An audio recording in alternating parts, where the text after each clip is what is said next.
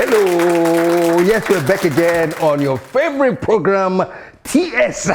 And to all the great TS talkshopians and talkshoppers, whichever way you want it. Yasanamo. This is the show where we tell it like it is and let the chips fall where they may. And as we always say on this time, folks, truth crashed to earth shall rise again.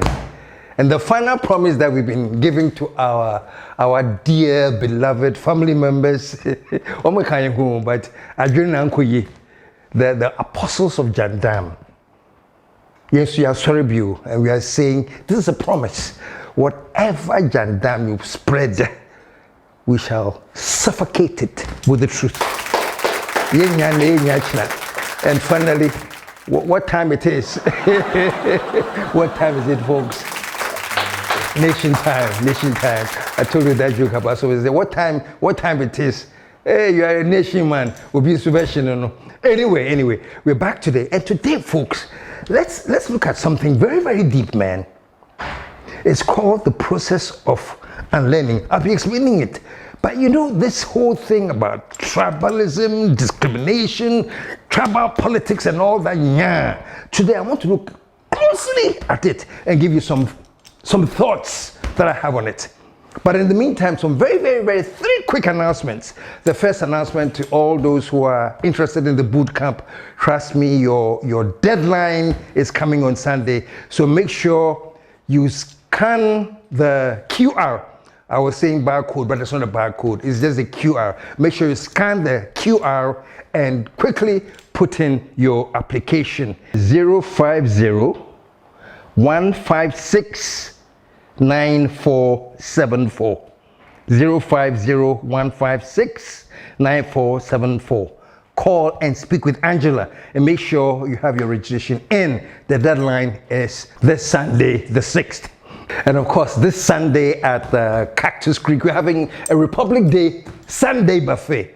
Man, local, all the great dishes local. Please show up on Sunday to Cactus Creek and have a great time. And the fee is $350 per plate, $600 if you're a couple, and kids under 12 is $200. Join us at Cactus Creek this Sunday for a special Republic Day buffet. And folks, the final announcement. You know something, let me tell you something, folks. I started performing in 1977. Professionally. Before then I was still doing shows. But I started professionally performing in 1977. 48 years new.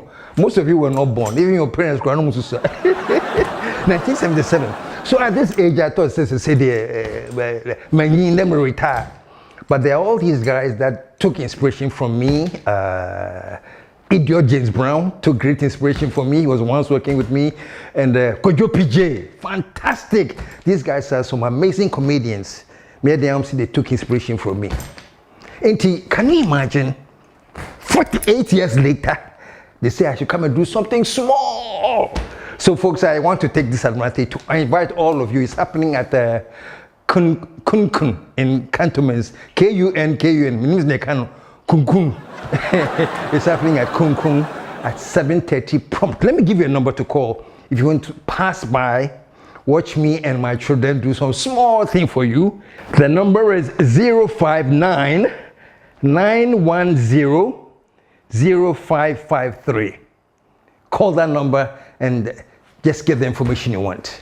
The show is called Like Father, Like Sons. And so the 18th, folks, the 18th of this month at 7:30 prompt. Come and catch me. Me, I don't know, but they say I still got it.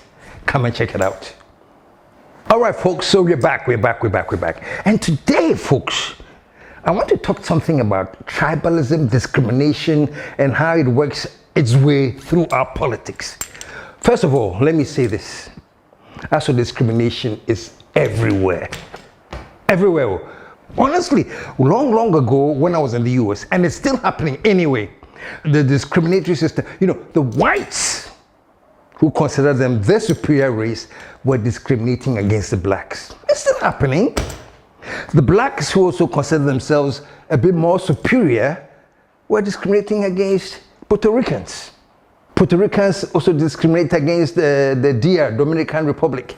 You know, so I'm saying this, that is some natural thing in human beings that one race or group of people may consider themselves their dominant and then start discriminating. And it happens everywhere. It happens in Ghana too. I just wanted to give that broad introduction. It happens in Ghana too. In Ghana, we the Akans, of course, yes, and so we the Akans think that we are the superior ones, honestly.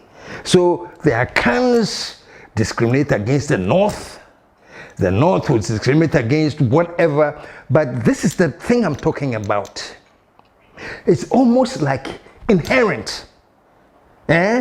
Me Santini, Ochini, so and so. So we think that by virtue of belonging to a certain tribe, it gives us superiority over others. It's so crazy, but it is natural. But folks, as we are entering a period of nation building, and as we are entering a period of resetting our minds, I think it is very, very, very important for all of us to reset our thinking. Let me tell you something. You know, when you are born into your family. Yeah, well, now your baby. I want to take a look at a picture of babies. Look at this baby. Yeah, this baby is white. This baby is black. These are tiny little babies. I just want you to see these babies. This baby, as you're watching, do you think that this baby is a racist? Do you think that this baby is an Ashanti or an Ewe or whatever? You can't tell. Folks, all I'm saying is that when you're born into this world, you come in innocent. You're just a little baby. But as you grow in your families, then they start infusing you with things that you start learning. This race, they only have for. This race, they want to say. And unfortunately, some of these things, because you're so young, they stick in your mind. So you grow up thinking that, oh, Charlie. And especially when I was growing up there, I saw that North there, they were not respected. Who? Pipini or Tenni. It's Srimufu. You know? And surprisingly, even when you go to the North, my friend was telling me that they also have some negative description of people in the South. They call them something. I'm so and South, you know. And then here in the South, we don't respect before the concept. These are little things that get ingrained in us as we grow old. And unfortunately, as I talk now, there are people who are grown people. Still, they still think like that. They couldn't unlearn. I remember when we were kids, that time TV had started and they had started local productions on Ghana TV. There was a series called Avenue A, and there were other local productions. Check this. If you were watching any television program, either on stage, on TV or on stage, anyone who was playing the role of the houseboy was from the North. Or a gardener within North. Anyone who was playing a role of somebody who was serving was from the North. It was Avenue, Musa, Braha, you know, and you come running, you know, very subservient, you know, hey, I don't go, you know. So if you are going to cast anybody to play a role of somebody inferior, it has to be a Northerner. And it was happening when we were growing up. So this is what I'm seeing. Yeah, so we are watching the TV, we see. So unfortunately, it's also forming some thing as part of our thinking. Hey, these are, you know, Northerners, these are. But all I'm saying, folks, is this. If we are going to reset this country, let us all understand that this instinct tribal behavior that is inherent within us, because unfortunately we grew up in our families and they formed our minds and opinions as we were growing up. Let us try to unlearn all of them. That's what I want to talk about today. A friend of mine said, learning is very, very difficult. It is difficult to learn, but you know what is even more difficult? how to unlearn. So the way it is not good, so unlearn it. And that is where we are at this stage, where we say we are resetting, we say we are uniting the nation. We have to start unlearning so many things. Because you see somebody today, 35, 40, 60, the things they are talking about and the things they believe is what they were being told when they were kids. But because they didn't evolve, they still have that in mind. And that has crept into our politics. That has crept into our, that's why you can tell somebody say, me dem yo chinyo, me fi chebi. MPP ni UP ni homa ye di twama fruma. Me asantini ye di MPP twama fruma. Me agbeni ye di NDC twama fruma. Me ye North na ye di NDC twama fruma. That's where that whole thing comes from. You know? And here's the thing, you grow up and this is what they tell you. Say, yeah, this party, which means it is tied to your umbilical cord. You are linked to the party through blood. That's what they put in you. And sadly, as you grow, you don't unlearn these things. You find many adults today as I speak in every region of Ghana who'll be talking crap like how something has been linked to their umbilical cord, political party. Pacho, we are growing. And that is what I say all the time, that unless you unlearn, and you only unlearn when you think critically. Honestly, let me tell you this. Miyochini, I'll use an Ochini as an example. I don't care if you say Miyochini. And by all standards, the person I like is Nanado. Miyochini, the person I like is Nanado. Why? Because he has done this, he's doing this, he's that. List! And I'm Eve. Made a mepe Rollins and I'm Mahama. Because say nisi why. Fine! I have no problem with that. That is critically. You have sat down and you have critically thought and you know why you are NDC, MPP, UP, whatever you are. Why dream? Critically. But what hurts me is that we don't think about it critically. End of discussion. That is, folks, almost idiotic. Because there's nobody in this world who is linked by blood to any partisan affiliation. So I am saying this, whatever you say you belong to, think critically, so that when I ask you, so why do you like the MPP? Why do you like the NDC? Why do you like the CPP? Why do you like Cheddar? List intelligent things. Say, these are the tangible reasons why I am linked to this party. I have no problem. But what I have a problem is you don't have any intelligent reason. The only reason I say, as you're growing, you see the travel from, they say you're linked. And so when you are now 30, you can't think for yourself. You are 30 years old plus 50. You can't think for yourself. You just have to keep saying what what you've been told since you were a baby. So folks, this is what I'm saying. As we say we are building this nation, I think it is very important for us to start understanding that some of the things that we learned were wrong. And the thing is that it will hurt us if we don't unlearn them. One of the examples, and let me give you a very political example. I think one of the examples of the things that hurt His Excellency Akufo-Addo was this. They are tribal, because he came from a majority of Akan-speaking people. And because we Akans have this saying, what is this saying? Enimgwase enfata kaniba, which means it is improper for anything disgraceful to befall an Akan. The truth of the matter is, enimgwase enfata ubia. But if you're a can and you personalize it, say, but then you're canny and you can say fatame. To one and you can say fatano. I beni. Ana nkrani. Ana obi a no na kan. And you go say fatano. No. So folks, let's learn to understand these things.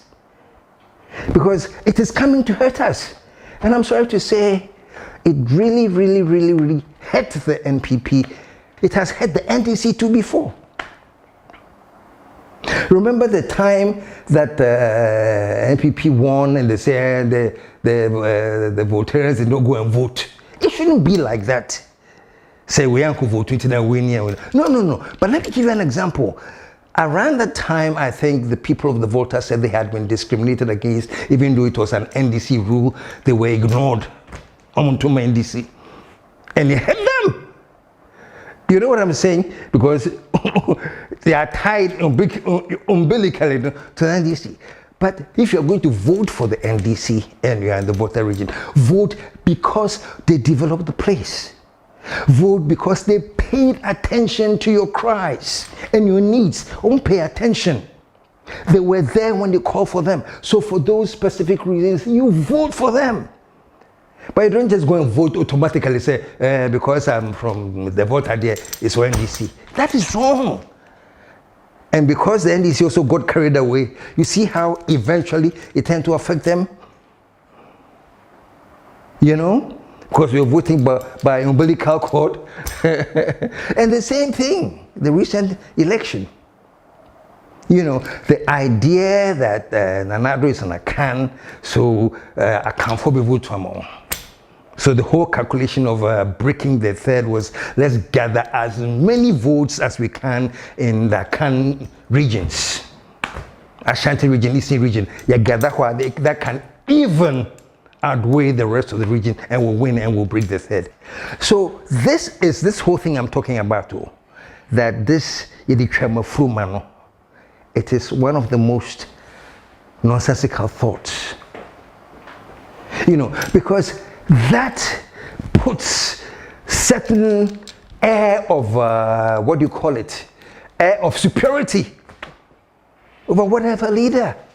And that air of superiority is what leads to the downfall of that person. You know what I'm saying? Sometimes I just do some simple thing. This is Mahama. This is Nanado.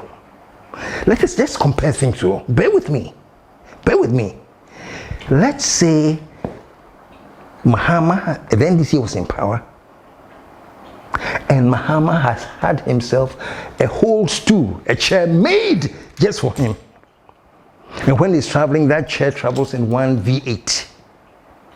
What would Ghanaians say? There will be such a loud uproar from every segment. Hey! Or telling no one to say.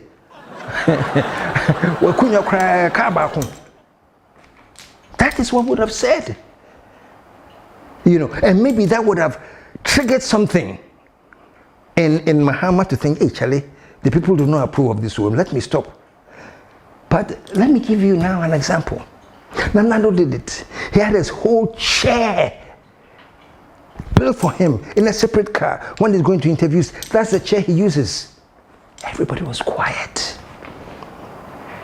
Everybody was quiet. So do you think that because everyone was quiet, he, Nanado, will even think, say, hey, maybe the people don't approve of this? No! So far as he thought, say, okay.